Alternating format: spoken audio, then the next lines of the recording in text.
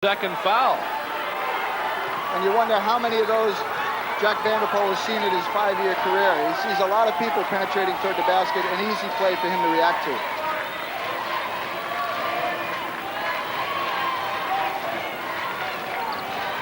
To the corner to Howard. Off the rim. And quickly Palmer gets the lead. One man back. And Lee's scoop shot won't go. Vanderpool walks right in and gets the catch. Sontrop's pass ticked out of bounds by Merrick Palmer. We talked about foul trouble, and ironically, neither of the big men has a foul yet, but two other smaller players, Laidman and Hurdle, both have 2 fouls. And Hurdle will now check out of the ball game. Well, yeah, Steve Konchowski relies on Jason Hurdle. He's a tough player, and he certainly doesn't want him to get 3 fouls in the first half, so Bargan comes back in for him. Francis kicks it back into Sontrop from a long way out, and it won't go. Vanderpool gets the rebound. Over Bella. I'll tell you, Vanderpool is everywhere. He's on the defensive boards. He's on the offensive boards. I've never seen a player with a nose for the basketball like Jack Vanderpool. Palmer off the glass and good. And the lead is down to 7. Quickly outlet it to Howard, and he's drilled by White. Blair White nailed him out of bounds. But not to convert so quickly from the defensive end into transition. One of the problems St. FX is going to have in the afternoon is getting the offense stopped early enough. They can't afford to play fast break basketball up and down with this McMaster team. Max simply substitutes too much, and they're playing 9 or 10 players. White in the game in place of Richard Bella, who will take a rest now for St. Francis Xavier. And mass substitutions now by Joe Rasso. Well, not only is McMaster used to this, but I was talking to one of the coaches yesterday. They have shoot-arounds on game day. Second day of a tournament, you have to appreciate the fact that Mac got in late because of the weather. They played a great first game against Brandon. They played a tough second game. They had shoot-around yesterday. They ran full-court layups for an hour straight. No standing around and shooting. They went full out. Then they played a tough game late last night, and they're back here today. So the depth that Joe Rasso has served him well at tournament time. Perhaps the most difficult part of the week for McMaster was the flight into Halifax, a harrowing journey where their plane pitched violently as it approached, and players still talking about that today. And not looking forward to their trip out of town, which will be anything like coming in. Howard missed them both. We'll see how X does with Bella back in the game now. And Vanderpool on the bench. Bella inside for White. And you can see how McMaster misses Vanderpool inside. Very much so. They drop off when Vanderpool's out of the ballgame, but Richard Bella made a nice pass. You know, for a big man to have to spin, turn, and accept that defensive pressure and then find his teammate wide open is an excellent move. Pacini, maybe one pass too many, and here comes X. And Palmer will wait to get some help. 25-20 with 8 minutes to play in the first half.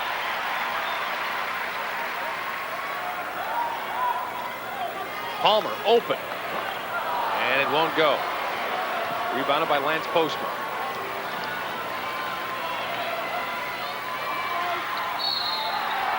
Maga in the corner, and it's a travel call against McMaster as Maga bobbled the basketball. 25-20 is the score. 7:45 to play in the first half of the CIAU National Championship.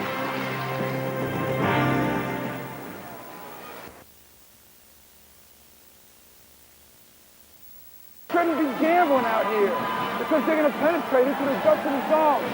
Stay tight. Stay tight between the man and the basket. Right? Now the big men, they're going to fill the corners with their shooters. Big men have to get out there. And we've got to get a weak side block out. Right now on offense, Vanderpool's out of the game. Right now, and he's coming back in now. We want to be patient enough to get the ball inside. Blair's working out of the high post area. Richie's working low. All right? Be patient enough to get the ball reversal, then look for your move. But I want a couple of ball reversals first because we're the foul. Look, it's 5-5 now. We haven't taken advantage of it enough. Keep pounding it inside. It worked last night. Keep pounding it inside. Look away, because you're being blocked. I'm going to look away. You cut right away.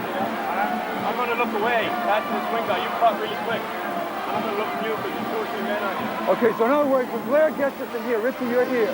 Blair's here. When he gets it here, he's going to reverse it right away, and he's going to hold up his cut, and you'll come right across. Right? Let's go. Okay, Brian, translation.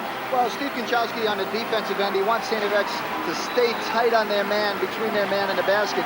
And that's really important because Derek Howard came down the court, gave a shake and bake move at the top of the key and got himself into the foul line.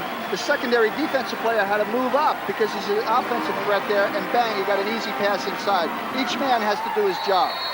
Here's how Bella and Vanderpool have done so far. Pretty close, except Vanderpool has 7 rebounds, and neither man has taken a foul yet. Vanderpool back in the ball game now to go to war with Bella. Both teams have 5 team fouls.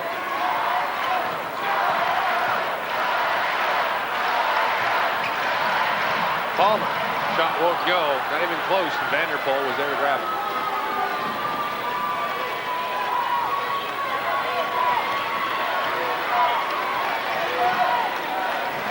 And ever since Downer hit that early 3, they've stayed very close to it.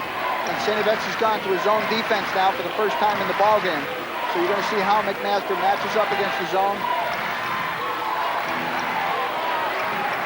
Sontrop off the dribble. 1 second left on the shot clock. And did they get it away? Yes. Francis right at the buzzer.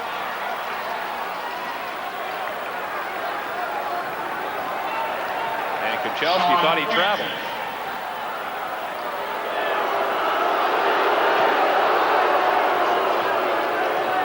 Francis now 5 for 6 from the field. Shot was cut by Corrigan is short. White came up with it. Palmer looking inside for Bella. There he is. Lays it in. Count the foul. And that's what they talked about. Vanderpool takes his first foul. Well, that's right, and they reversed the basketball. See, Vanderpool denied Bella the ball, but he came back across the lane and beat him to the pass, and then turned, not only got the basket, but drew the foul. A big play. Next foul puts St. Francis Xavier into the bonus. And Bella goes to the line to try to complete the 3-point play. See, one of the mistakes most basketball teams make when they're trying to pound it into the inside is they declare a side, make the pass from the wing to the corner, and then try to feed the post. The best way to feed the post is to reverse the basketball around the court or to feed the post from the high post because there's no help defense inside. Laidman to Francis cross court. That had to be a travel. And it was. As Sontrop took a walk. Well, good closeout defense by St. X. They came out with their hands up, and Sontrop had to change his mind right in the middle of his move. Bella and Vanderpool. Ooh, nice touch by Bella. Nice touch, and Richard Bella can hit that shot from 10, 12 feet. He's got a nice soft touch on the baseline. Francis working right down to the baseline. Zauner's open, but elects not to shoot.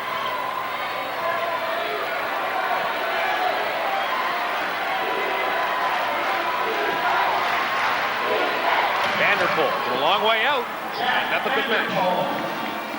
Also, a great soft touch from the mid-range in the post. Funny how the two big men seem to answer each other shot for shot. If it's a layup, if it's a long jumper, whatever it is, you get the sense that they know it's a personal battle too. And Francis takes the foul inside his first. One of the things both big men are doing is, as soon as they get the basketball, they're turning and squaring up facing the basket. Richard Bella displayed some quickness in driving past Jack Vanderpool there. Bella's third trip to the line.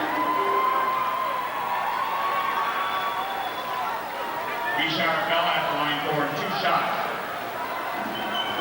Well, I guess if you're McMaster, you're happy that it's Bella shooting the free throws because he's not St. Francis Xavier's best. And he completely missed there. Well, he's a better shooter than that. That sometimes happens. You got to focus, and when you're working as hard as he is, sometimes you get a little bit fatigued, and he probably could use a break right here, but he'll come back. Missed them both. And you mentioned Gord, he's a streaky shooter at the foul line, and there's evidence of it right there. 2 for 7 now on the day. Hurdle intercepts that pass, which was deflected inside by Bella. Lee from the corner, yes. It's a 2.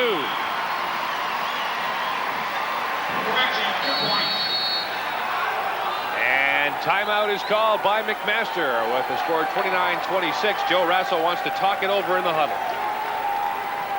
And a good call for timeout because X is starting to get on the run. Well, Joe saw something that he didn't like, so he's going to make an adjustment right here. Let's listen in. Jack, stop. Hold on. I want to start off through. If we go through corner, right? Let's get the duck hook. Low man flash. This guy seal. Go to Jack's side, and we got the seal. We're getting the ball. Geez, we're taking too much time. We're getting reversed, and we're waiting. We're stepping in and shooting it. Down there defensively was the only time we haven't closed out on a player. It can't happen. You must close out. Offensively, when that thing gets reversed, Sonny, man, can that thing. Let the shot your baby. You run it after the first duck. We're high-low. We're high-low. Right? First duck, reverse it high-low. Balance out, look to skip. Get that skip, you're going to have to hit some ball fakes. Need some ball fakes. So back. Stand here, line to a through. 1, 2, 3, win. Sonny is Santra. Well, if you can boil that down to one statement on offense, what Joe Rasso wants to do is against the zone defense that McMaster's facing, he wants to play against it and attack it through the post. So he wants the ball to reverse or come back through the post and then look down inside, high-low against the zone defense. Defensively, Brian Lee's last jump shot, he said there was no closeout. That can't even happen even once. You got to have pressure on the perimeter defensively. And Zauner throws it away, but it'll be over and back against McMaster. And that'll give X the ball in the offensive half. 4:52 to play here in the first half. A 3-point lead for McMaster. And now the crowd starts to get back into it.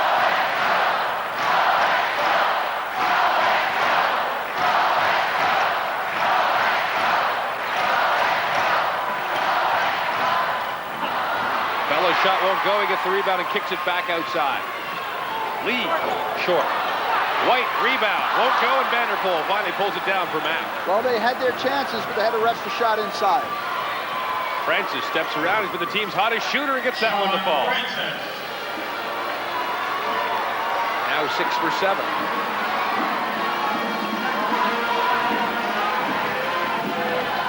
White lays it in for Bella. Bella gets it to fall. They love that little lob pass inside. Well, he does, and he's very active without the ball. When the ball does go into the high post, he'll move without the ball across the lane.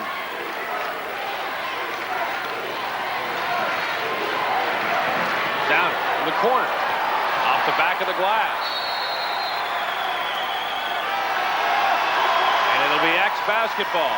And Joe Rasso wants to talk about that.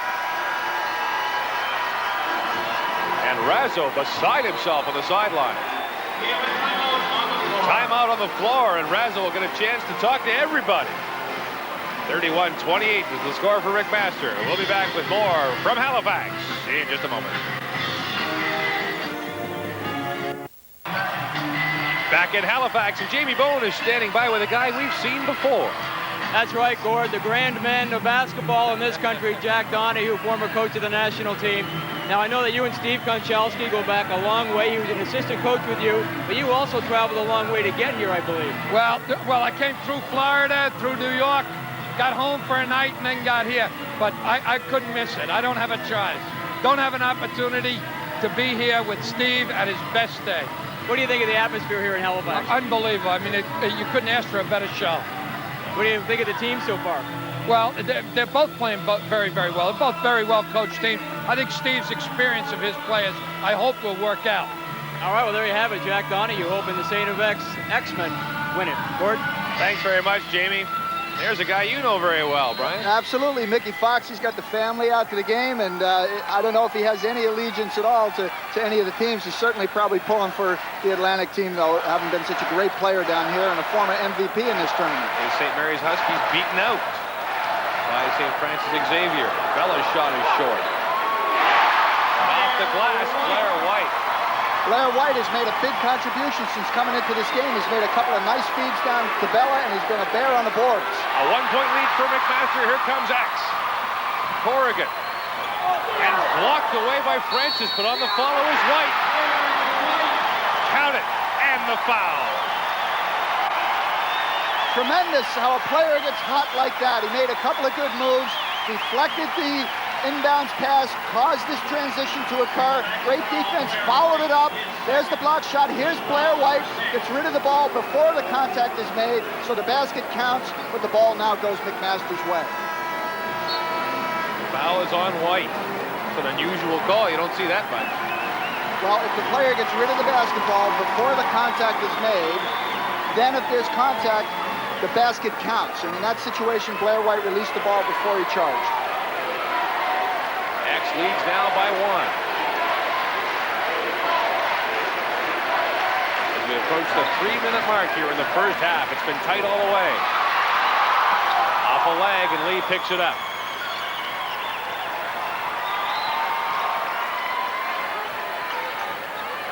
Hurdle, 3, won't go.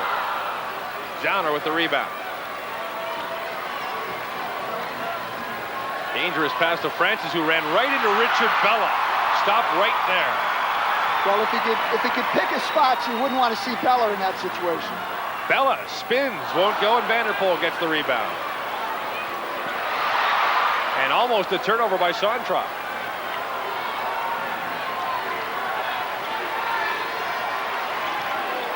Turnovers at the offensive end of the floor have really hurt McMaster. Well, they've had a hard time against this zone defense, and one of the things St. X has done is they've stepped their defense up half a step into passing lanes, and they've been able to deflect a couple for turnovers. Zauner for 3, won't go. Doesn't have one yet since early in the first half. Hit in the opening moments and hasn't hit since.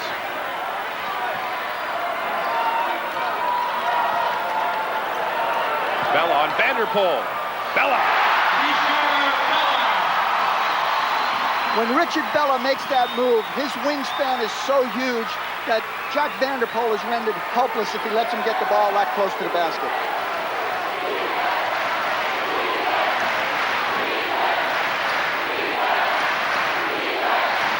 From the corner, Zauner's shot won't go again. And the foul underneath is on Francis, his second. Now there's a situation of a gutsy play again by Jason Hurdle. 6'1" guard. Look at him block out Francis on the weak side. Goes up, works for the basketball. Francis bumps him and comes over his back for the foul. And Francis will take a seat, as will Jeff Zauner. Jason Hurdle at the line to shoot 1-1. Hurdle goes to the line now for X. First-year player from New Minas, Nova Scotia. They haven't erected a home of Jason Hurdle sign there yet, but it's likely in the shop. Well, he's a great all-around athlete. He played at Horton District High School down in New Minas. He was a soccer player, a track player. He likes golf in the off-season, so he's a good all-around player. But what he's done for the X team is he's really brought some grit into the lineup. He sticks his nose right in the middle of a battle. 74% free throw shooter, nails them both.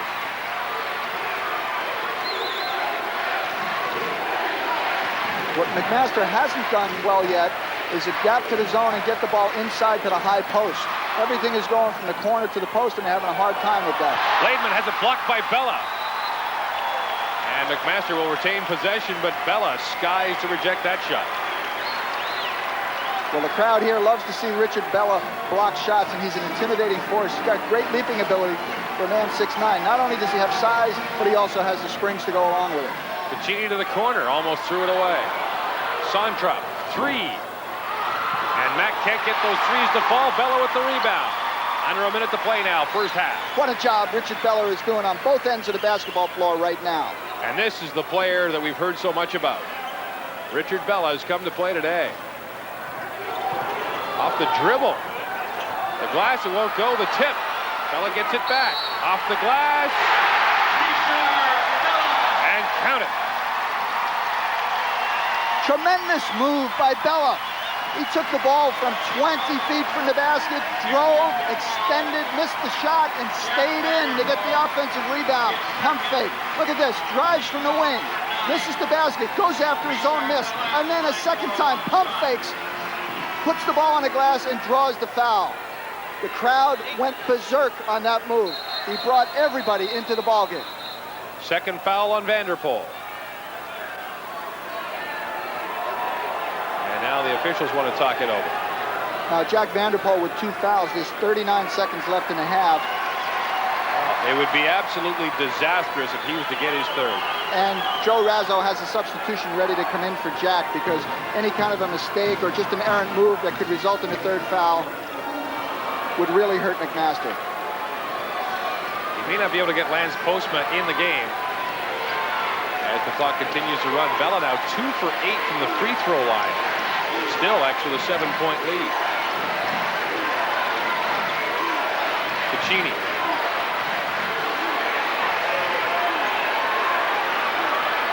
Maga working on 2 defenders, and one of them reached in. And the call will go against Mark Corrigan.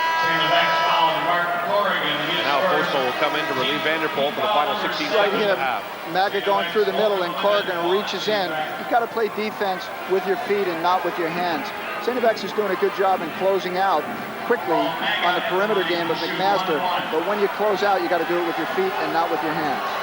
Okay, closing out simply means if you're inside on the defense and the ball is passed over your head or around the horn, you got to rush back to the basketball and reestablish defensive position quickly.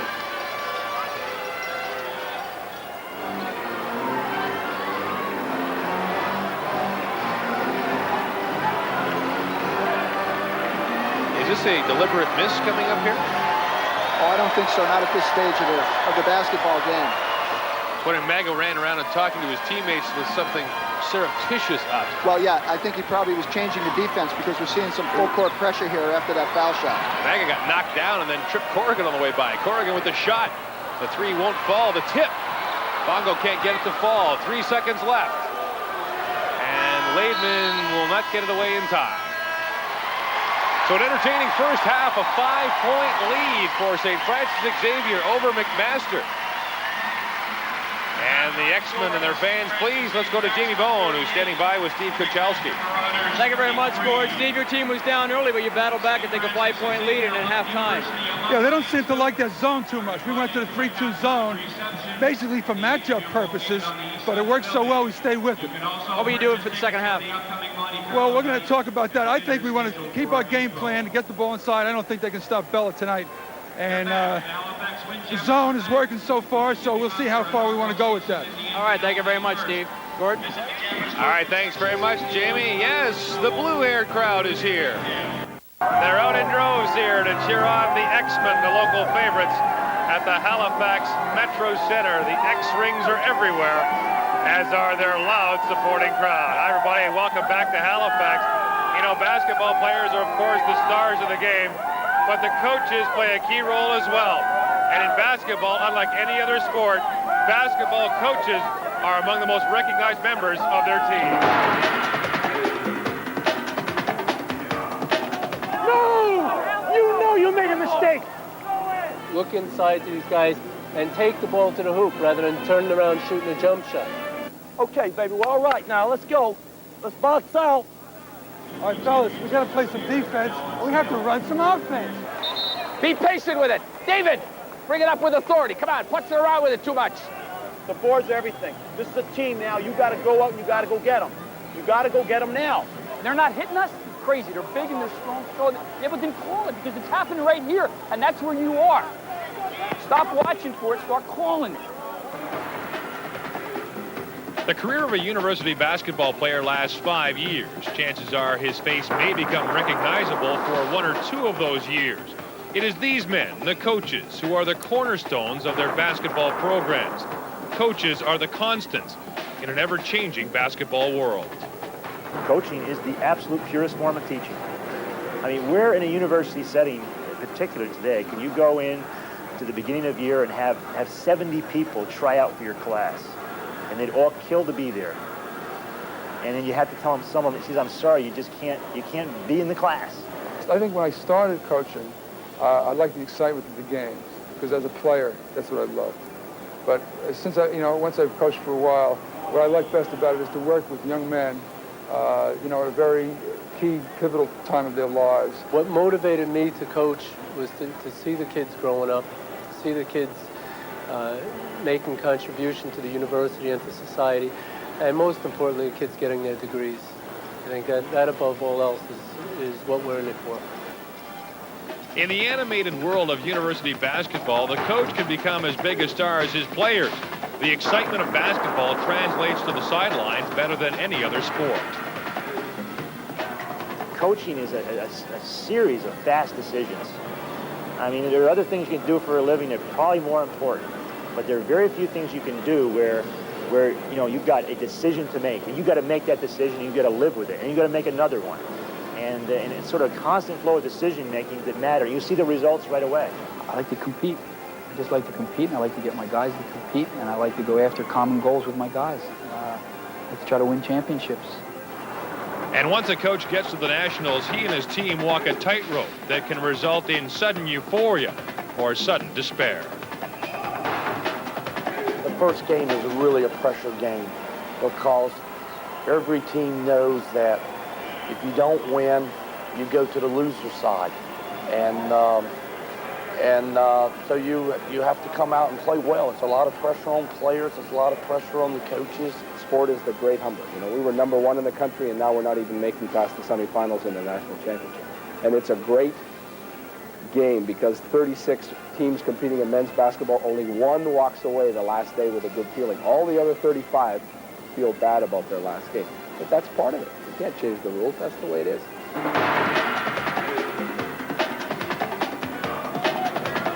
Brian, there are those cynics who would say that coaching only matters when you lose. Well, that's really not the case. You look at those guys, they brought great leadership to their programs, and the fact is you can't get this far from the season to the Nationals or all the way to the championship without great leadership on the bench. We could use some blocking help here, Coach. Maybe you could diagram a few plays for us. We'll return to the Metro Center in Halifax in just a moment.